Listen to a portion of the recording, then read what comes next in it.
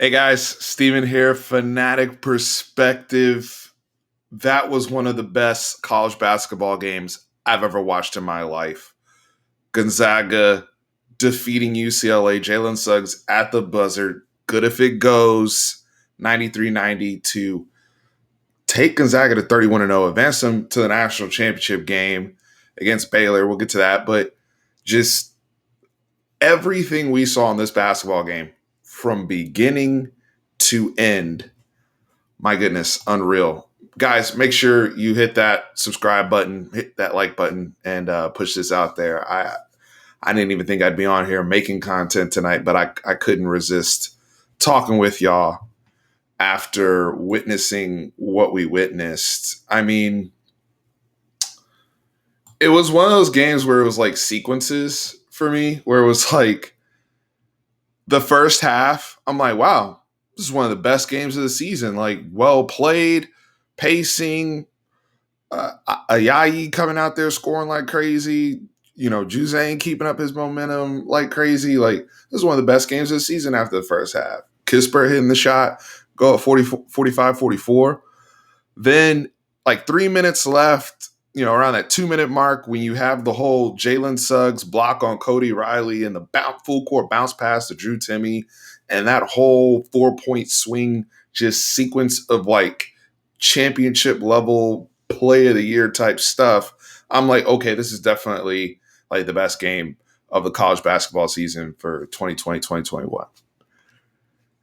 And this it just kept escalating to where it's like, wow, is this one of the best games ever? Now it's like after that shot and after that moment, even before that shot, and this is why I think it's worth mentioning a Duke Kentucky regional final from 1992 or, Nova UNC in that national championship game with the Marcus Page, like lean in 35 footer and then Chris Jenkins coming back the other way. Some of those Duke North Carolina games, pick one. I mean, it goes up there even before that shot because of all those moments you had. I mean, you had this game going to overtime because of a charge by Drew Timme. It was, but that shot by Jalen Suggs after Juzang does an excellent job of just getting a bucket. 3.3 left. And that it's no matter what UCLA did tonight, it wasn't enough against this all-time great Gonzaga team, this monster that Mark Few has put together.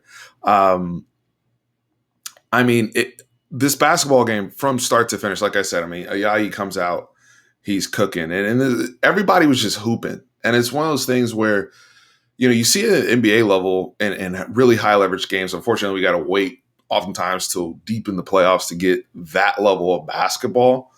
But college, there's some whole seasons, you'll go years without seeing skill level like this. And I know Gonzaga wasn't particularly crisp, especially in the first half with executing their sets and just being lazy with the basketball, turnovers, missing free throws, get it. But in terms of shot making, high, Drew Timme in the post. I tweeted out during the game, the dude looking like Kevin McHale, like he went to Pete Newell big man camp and just putting people in the torture chamber. How he played and kept himself in the game. He got his fourth foul, I think, with 2 or 3 minutes left in the game, and he was able to stay. I think actually it was 4 minutes. He got his fourth foul, and Drew Timme playing smart basketball, but knowing when to take a risk and stepping up and taking that charge, which in my opinion, I thought that was a good call. Just that level of basketball IQ that we saw from both teams. You see people stepping up and doing things that are out of character. Cody Riley all of a sudden hitting jump shots, like just can't miss. I thought Jaquez is one of the better, more underrated players that I saw, even coming early in the tournament when UCLA played Michigan State. Just really impressed with how he's played, and he can get to the rim, but he can also shoot it. And he hits a monster three to keep his team in the game in OT. High level basketball, man. And you don't see that level of skill and execution often in this sport. This was the creme de la creme. This is what good looks like from an intensity standpoint. 50-50 balls. You can nitpick at certain things. Hey, Mick Cronin, why did you have, Juzang or Jaquez keep switching and getting them isolated on Timmy, and Timmy taking advantage of that rather than leaving Riley at home? Those are nitpick things. But everything you're looking at from a college basketball game, you got. You really got it, because you have people in here who are special. And that's one of the things I think, looking back at it, because Jalen Suggs is going to be, I don't think he'll be any lower than a top 3 pick, potentially top 2, depending on what teams are up there. Your big, I'd say there's probably a big 4 right now: Cade Cunningham, Evan Mobley, Jalen Suggs, and Jalen Green, who's in the G League right now. But Jalen Suggs has championship level DNA. And this is not the first time we've seen this from this brother. And I know Gonzaga's been bullying people all season, but for him to be the highest rated recruit they've ever had in school history, the background he's had coming from Minnesota, high school football, we know the story. But as a freshman, what impresses me with Jalen Suggs is not just the championship level DNA and the clutches, but he's strong for a freshman. I mean, when I talk about strong, like going up and blocking a center in a critical moment, the fact that he has a post-up game, like a la like Gary Payton in the late 90s, where he can actually legit back somebody down on the post at 6'4", how he can go and in the lane and get rebounds and just freaking compete like he can turn on those perfect aspects of his football background and incorporate that into his game, but he's still highly skilled. There's moments we're talking about Juzang and all the contested, tough jumpers, getting buckets, step backs. And Suggs, in a timely manner, they're running their stuff. And UCLA is guarding it, and they're doing their best. And he's able to hit a turnaround or hit a fadeaway and tie the game up or put his team up. That's why he's so highly regarded in NBA draft circles. And those are the type of people that win you playoff games. Those are the type of people that you want on your team to try and pursue an NBA title. And so that's why he's so highly regarded. And that's why Gonzaga is going to have a great opportunity to be the first undefeated team in winning a national championship when they play Baylor. Their opportunities on the table for them since Indiana in 1976. So as a college basketball fan, as a basketball fan in general, this was such a treat. I mean, look, let me show y'all something. This is crazy, because these dudes, UCLA, where's this? UCLA shot, what is this? 57, they shot 58% and 47% from 3. Now I know they left some free throws on the table and everyone counts. So you can nitpick there. But I mean, what more can you ask? My big man got a double-double here. Jaquez at 19, 5, and 4. Juzang had a monster game.